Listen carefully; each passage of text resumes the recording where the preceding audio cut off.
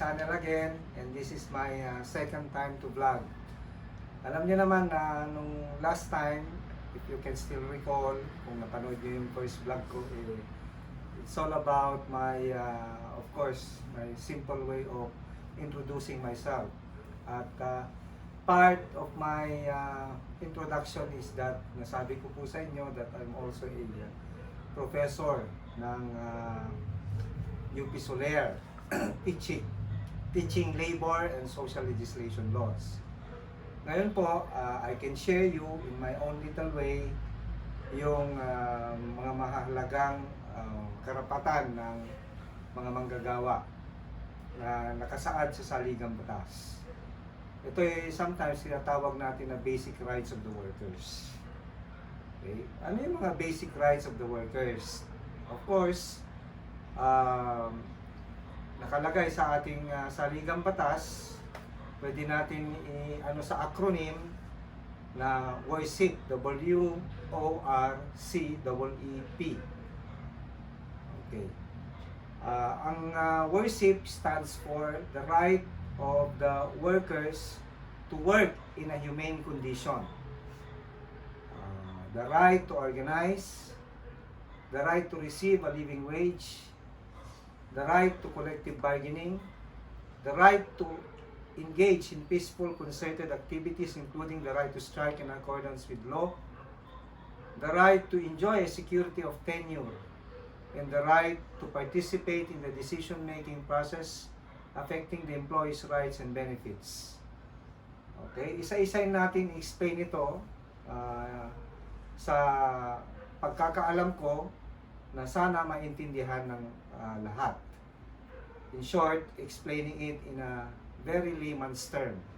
First, the right to work under humane condition. Anong ibig sabihin ng humane condition? Okay? You treat each and every workers a human being. Hindi po sila commodity. They are not just things. You should give them respect, especially when you call them. Hindi katulad nung dati, ang tawag natin sa kanila, isang trabahador, isang kung tatawagin mo, oy, hindi ka nga dito, that is not allowed anymore. There is at least giving or extending respect to these workers. Humane is not necessarily giving them an air-conditioned place. So long as they work in a comfortable zone or place, that is enough. Yung tinatawag na air condition, pwede na rin yun. Pero kung air condition, like the factory workers, they provided with comfort, the safety nets, like the construction workers, they should be provided with protective equipments, pwede na po yun. Another is the right to organize. The right to organize includes the right not to organize. You give also the respect to the workers, the right to organize, meaning the right to form, join, or assist a labor organization of their own choice. Okay. That is also one of the constitutional rights of the workers. But that is not limited only to the right to join, to form, or to assist.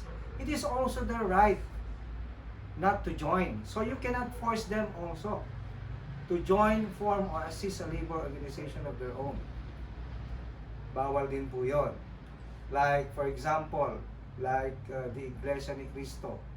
In one case decided by the Supreme Court, although Iglesia ni Cristo believes that organizing or forming a partisan political parties, for them in their dogma, it's prohibited. So, it was respected. The union officers, even in a closed shop or open shop agreement as provided in the Union Security Clause, of course, you have to respect this right. You cannot force them to join, you cannot force them to assist you, or even contradict their dogma. Because even the Constitution provides for the right to organize, there is also the constitutional provision on freedom of religion. And if you try to settle the religion or religious freedom with organization, the right or freedom of religion is over and above the freedom of the right to organize. Another is right to receive a living wage. When you say right to receive a living wage, well, yung nasa batas natin, minimum wage lang. Are we violating the Constitution? Sa totoo lang, opo. Kasi the Constitution provides the right to have a livable wage. Under the National Statistics and Coordination Board, the right to living wage, or what is livable wage today is, of course, sabi nga nila, it's already 1,095. So how can you have a 1,095? Because the minimum wage today is just 537. So for a family of 5, dapat yung husband and wife should be working. Both of them should be working in order to meet up with that constitutional provisions on livable wage.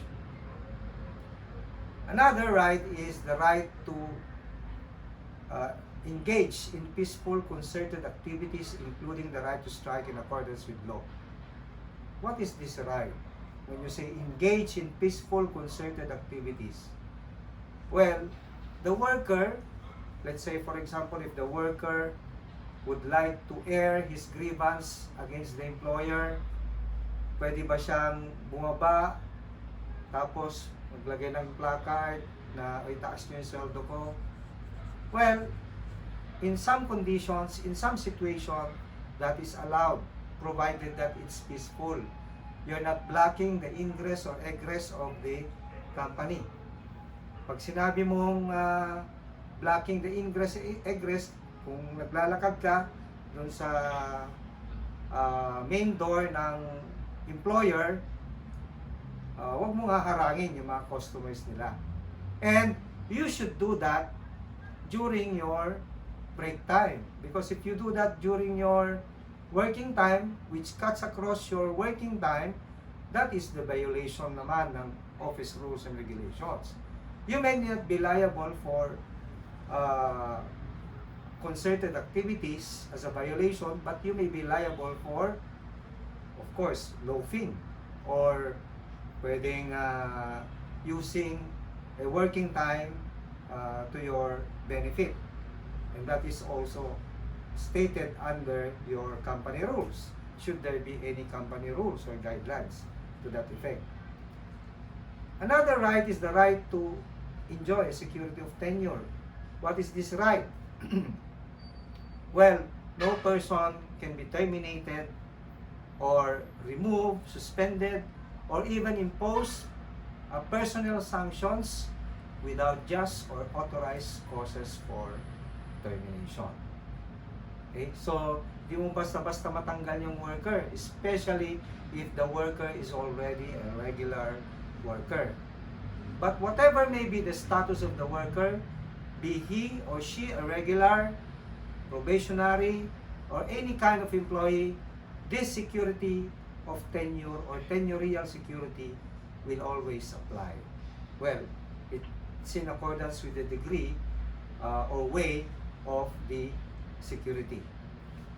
The last but not the least is the right to participate in the decision-making process which may affect the employee's rights and benefit. Ano ibig sabihin nitong right na to? Well, can the employee participate in the board meeting? Can the employee objects to the decisions of the board, especially if the board would like to expand, grow, and develop their company? Of course, hindi naman po ganoon. The right to participate is only the right to oversee the employer as to their transactions relating to the benefits, terms, conditions of employment. So kung ang pinag-uusapan nila ay yung sweldo ng mga manggagawa, yung benepisyo ng mga manggagawa, dapat andun yung worker. Not to object, but to oversee. To see to it that the 10% of the unrestricted retained earnings, they should have at least a chunk or part of that 10%. So kahit papano, kung mag-expand man yung employer ng opisina, mag-construct o magtayo ng ibang branch, a part and parcel of that 10% unrestricted earnings must be given to the workers. So I hope you learn something, even in my own little way, especially on the basic rights of the workers.